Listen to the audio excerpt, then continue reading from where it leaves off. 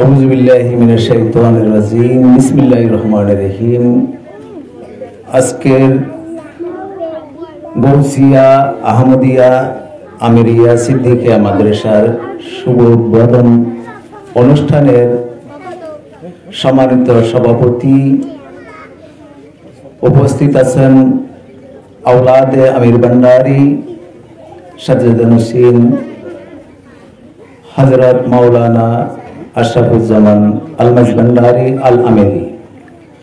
উপস্থিত আছেন অত্র এলাকার সর্বস্তরের মুরব্বিবৃন্দ, উপস্থিত আছেন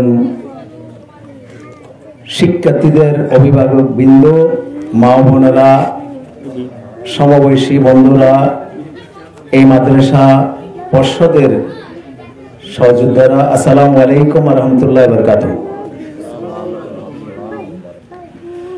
আলহামদুলিল্লাহ, মহান রব্বুল আলামিনের দরবারে লাখ ও কোটি শুকরিয়া জ্ঞাপন করি।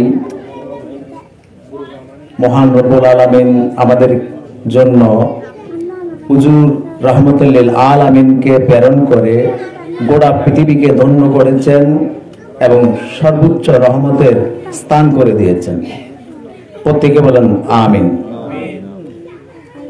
সেই রাহমাতুল লিল আলামিনের অনুপ্রেরণা শিক্ষা প্রতিষ্ঠানের নাম হচ্ছে মাদ্রাসা। সে রাহমাতুল লিল আলামিনের কে ভালোবাসার প্রতিষ্ঠানের নাম হচ্ছে মাদ্রাসা। সে রাহমাতুল লিল আলামিনের আহলে বাইতদেরকে ভালোবাসার প্রতিষ্ঠানের নাম হচ্ছে মাদ্রাসা। সে রাহমাতুল লিল আলামিনের প্রেমিকদের সালিহিন যাদেরকে আল্লাহ বন্ধু বলেছেন তারা হচ্ছেন আউলিয়ায়ে কিরামগণ, তাদের পরিচয় এবং ভালোবাসার প্রতিষ্ঠানের নাম হচ্ছে মাদ্রাসা। সেই মাদ্রাসা আজকে এখানে স্থাপন হয়েছে, শুরু হয়েছে। আলহামদুলিল্লাহ, আমাদের মধ্যে মহান রব্বুল আলামিনের পক্ষ থেকে মহান আওলাদে পাক উপস্থিত হয়েছেন। গৌসুল আজম মাইজভান্ডারী তরিকাতের সর্বোচ্চ নিদর্শন দ্বিতীয় ভান্ডার শরীফ আমির ভান্ডার দরবার শরীফ থেকে সাজ্জাদুন হোসেন আওলাদ পাকে সে ধন্য করেছেন। প্রত্যেকে বলেন আলহামদুলিল্লাহ। যেখানে আপনি কোরআনে পাকের আলোচনা হবে সেখানে অসংখ্য অগণিত নিয়ামত বর্ষণ হবে।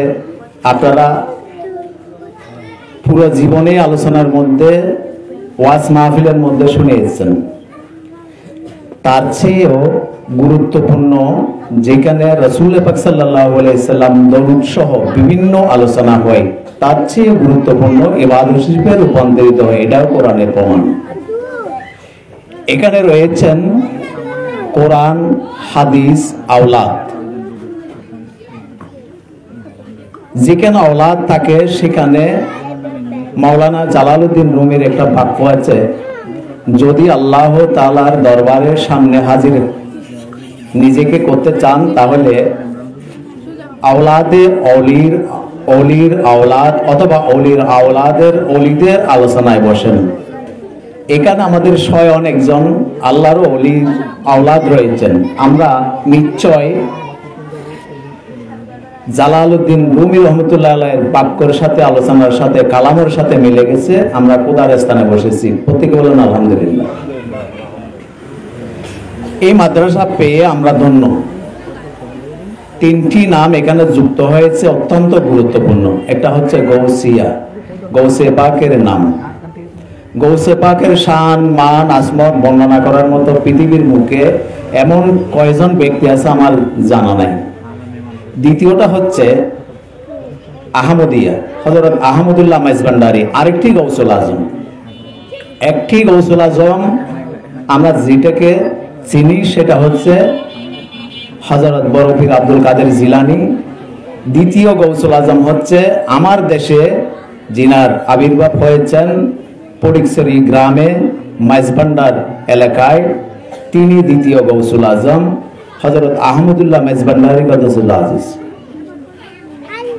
এবং ওই গৌসুল আজমের অন্যতম খলিফা হযরত আমিরুজ্জামান সাহা, যাকে আদর করে অত্যন্ত আদরের সাথে কালাসোনা ডাকত, ওই দরবারেরই ওলাদ আমাদের মধ্যে উপস্থিত হয়েছেন। তাহলে এই আমিরুজ্জামান সাহেবের নামে নাম দেওয়া হয়েছে আমেরিয়া। তাহলে তিনটি মহান হাস্তির নামে এই মাদ্রাসা প্রতিষ্ঠিত হয়েছে। সৌভাগ্যের বিষয় না? একটু কথা বলেন প্রত্যেকে, সৌভাগ্যের বিষয় না? প্রত্যেকে বলেন সৌভাগ্যের বিষয় না? উচ্চস্বরে বলেন আলহামদুলিল্লাহ। এই মাদ্রাসায় যারা পড়াশোনা করবেন, যাদেরকে পড়াবেন মা ও বোনেরা, তাদের জন্য একটি সুখবর দিয়ে আমি আলোচনা শেষ করব। সেটা হচ্ছে এই মাদ্রাসা অগণিত, অসংখ্য মাদ্রাসা মোড়ে মোড়ে, গ্রামে গ্রামে, এলাকায় এলাকায়, ফাড়ায় ফাড়ায় রয়েছে। প্রত্যেকটি মাদ্রাসায় আপনার কোরআন হাদিস এগুলো পড়ানো হয়, এর বাইরে কোনো পড়াশোনা হয় না। প্রতিটি মাদ্রাসায় যাবেন, পাবেন কোরআন ও হাদিসের আলোকে পড়াশোনা। কিন্তু ভাগ্য এবং দুঃখের বিষয় হচ্ছে একটা, আদবের পড়াশোনা হয় না। অসংখ্য মাদ্রাসা আদবের পড়াশোনা হয় না। আপনাদের জন্য ভাগ্যের বিষয় হচ্ছে এই মাদ্রাসাতে আদবের পড়াশোনা হবে। এই আদবের পড়াশোনার জন্য স্পেসিফিক কিছু চিহ্নিত মাদ্রাসার মধ্যে আমাদের ছেলে সন্তানকে দিতে হবে। আদব যেখানে থাকবে না সেখানে ইসলাম আর আখলাক কিছু থাকবে না। সারা পৃথিবীতে যতগুলি মাদ্রাসা আছে তার মধ্যে চিহ্নিত একটি মাদ্রাসার নাম বলি আমি, আজাহার বিশ্ববিদ্যালয়। এই আজাহার বিশ্ববিদ্যালয় থেকে পড়াশোনা করে এসে এই দেশের মধ্যে আদবের খেলাফের আলোচনা হচ্ছে। কেন আজাহার বিশ্ববিদ্যালয় ইত্যাদি? আপনাদের প্রশ্ন হতে পারে, আজাহার বিশ্ববিদ্যালয় কি আদবের পড়াশোনা হয় না? হ্যাঁ, আদবের পড়াশোনা হয়, কিন্তু আজাহার বিশ্ববিদ্যালয় থেকে আসে এখানে আদব তুচ্ছ-তাচ্ছিল্যের বিষয়টাকে সামনে রেখে আদবকে বর্জন করে বেয়াদবি কেন হয়? এইখানে এই ছোট্ট মাদ্রাসা যেখানে প্রথমে পড়াশোনা শুরু হয় সেখানে ফাউন্ডেশনটা দুর্বল হয়েছে বিদায় ওনার মাইন্ডসেট হয়েছে ওখান থেকে পড়ে এসেও এখানে বিক্রি হয়ে গেছে। তাই আদবকে বর্জন করে বেয়াদবির বাজার গরম করে এই দেশে শিক্ষা এবং নসিহত করে যাচ্ছে।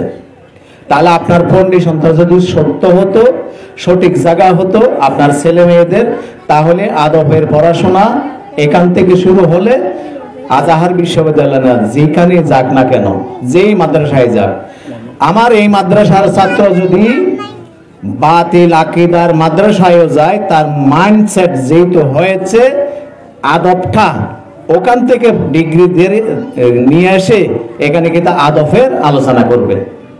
এটা হচ্ছে বাস্তবতা। আজান দিচ্ছে, কেউ একজন জবাব দিলে হবে। তাহলে আদবের ফাউন্ডেশন দেওয়ার জন্য গৌসিয়া আহমদিয়া আমিরিয়া মাদ্রাসার বিকল্প মাদ্রাসা পাওয়া যাবে না। পাওয়া যাবে? একটু সবাই যদি সহযোগিতা করেন, পাওয়া যাবে? এই ধরনের যত মাদ্রাসা আছে এখান থেকে পাওয়া যাবে আদবের ফাউন্ডেশন। এখান থেকে আদববান ছাত্র ছাত্রী বের হবে। আদববান ছাত্র ছাত্রী বের হলে আপনাদের সুবিধা কি? আপনাদের সুবিধা হচ্ছে আপনাদের এখানে অনেক আলোচনা আছে, তারপর আমি দুই একটি কথা বলছি। আদববান ছাত্র ছাত্রী হলে আপনাদের সুবিধা হচ্ছে আপনার কবর জিয়ারতে বাধা হবে না। আপনার ছেলে আপনার কবর জিয়ারতে বাধা দেবে না।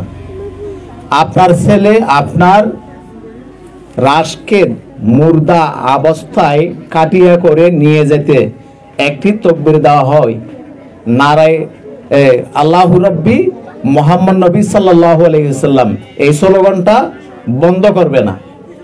আপনি যাচাই করেন আমাদের আশেপাশে এলাকায় অসংখ্য ফারাতে এই স্লোগানটা বন্ধ করে দেওয়ার জন্য সর্বোচ্চ ভূমিকা রাখতেছে তার ছেলে। সেই ব্যক্তির ছেলে, যে ব্যক্তি মৃত্যুবরণ করেছেন। কারণ কি? ওই ব্যক্তির ছেলে আদবের এই আখলাকের শিক্ষাটা নিতে পারে নাই বিদায়, আকিদা বষ্ঠ স্থানে মাদ্রাসায় পড়াশোনা করেছেন বিদায় ওনার ওই আখলাকটা তৈরি হয়েছে, তাই উনি বন্ধ করতেছেন। উনি বলতেছে এগুলো প্রয়োজন নাই, এটা ফরজ না, ওয়াজিব না, মোস্তাহাব না, এটা প্রয়োজন নাই। তো প্রয়োজন না থাকতে না থাকতে অনেক কিছু প্রয়োজন থাকবে না, যেখানে আপনার কবর জিয়ারতও বন্ধ করে দেবে। আপনি যদি আশেপাশে, আমাদের আশেপাশে অনেক ফারাতে দেখবেন ওনার বাবার, এখানে আমার বাবাও কিছুদিন আগে মারা গেছেন।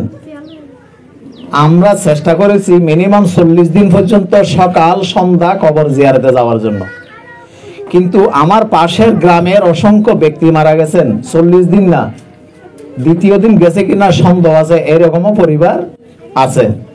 আপনারা যদি নজর দিয়ে দেখেন, তালাশ করে দেখেন, খোঁজ নিয়ে দেখেন, তাহলে এই জিনিসটা কেন হচ্ছে? পড়াশোনার কন্ডিশনটা দুর্বল হওয়ার কারণে।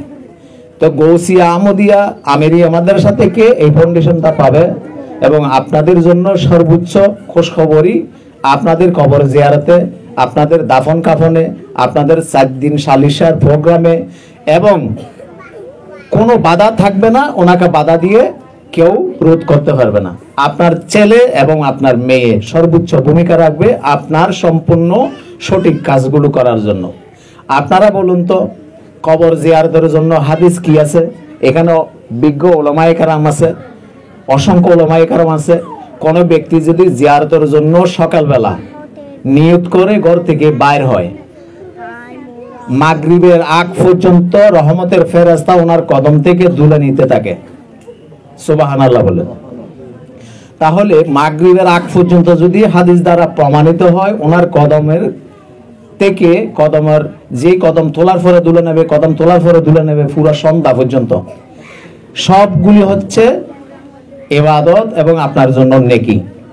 তাহলে এই জিয়ারতগুলোকে বন্ধ করার জন্য যারা পায়দারা করতেছে, এরা কি ইসলামের পক্ষে কাজ করতেছে, না ইসলামের একটা সাইন বোর্ড দিয়ে ইসলামকে ধ্বংস করতেছে? কোনটা?